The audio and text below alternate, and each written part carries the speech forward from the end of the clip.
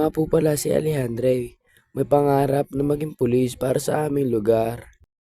Ngayong gabi o ngayong umaga po ay ito nga po pala ang ginagawa naming dalawa. Nagbabike po kami, paikot-ikot lamang po. At ito nga po, babanat po si Bunso dito. Pala si Bunso, mahirap pero may pangarap. Mangyari. Magaling kang kupal ka. Ang dami pwedeng ipangarap, maging adik pa. Grabe ka na pre. Bilang isang teenager lamang po, ito lang po ang mapapayo ko sa inyo. Sa mga katulad po naming bata, mahalin niyo po ang inyong mga pamilya. Dahil sila lamang po ang ating munting regalo. Maging mabuting bata po tayo sa lahat ng oras at maging isang mabuting tao. At mag-enjoy lamang po tayo sa ating mga gagawin sa buhay. Naway gabayan kayo ni Kristo. Sa lalakbayin niyo po dito sa mundo. Balik nga po tayo sa video natin. At pahabol nga po pala ako. Happy birthday nga po pala kay Tita Maymay de Rosario.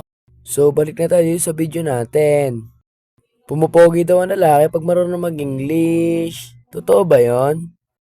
I don't know. I don't believe that. Ay sus! Napalaban sa English yan, Andreyang natin.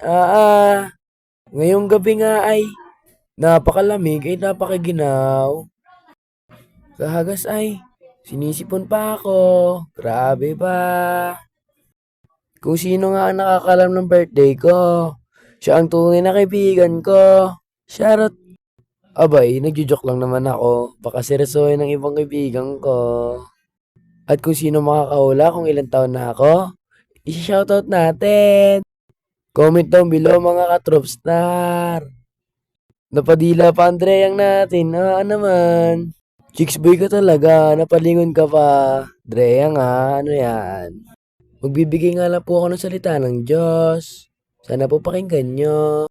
Sa Matthew 19:14, sinasabi ni Jesucristo, pabayaan nyo ang mga bata at huwag nyong hadlangan sila na lumapit sa akin.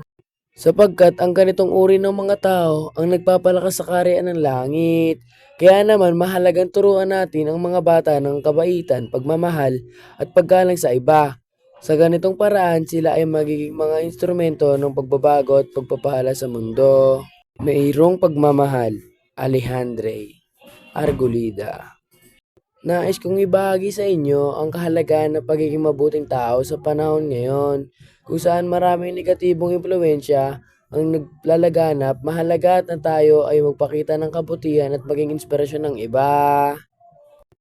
Ang pagiging mabuting tao ay hindi lamang tungkol sa paggawa ng mabuti sa iba, kundi pati na rin sa pagiging tapat sa sarili.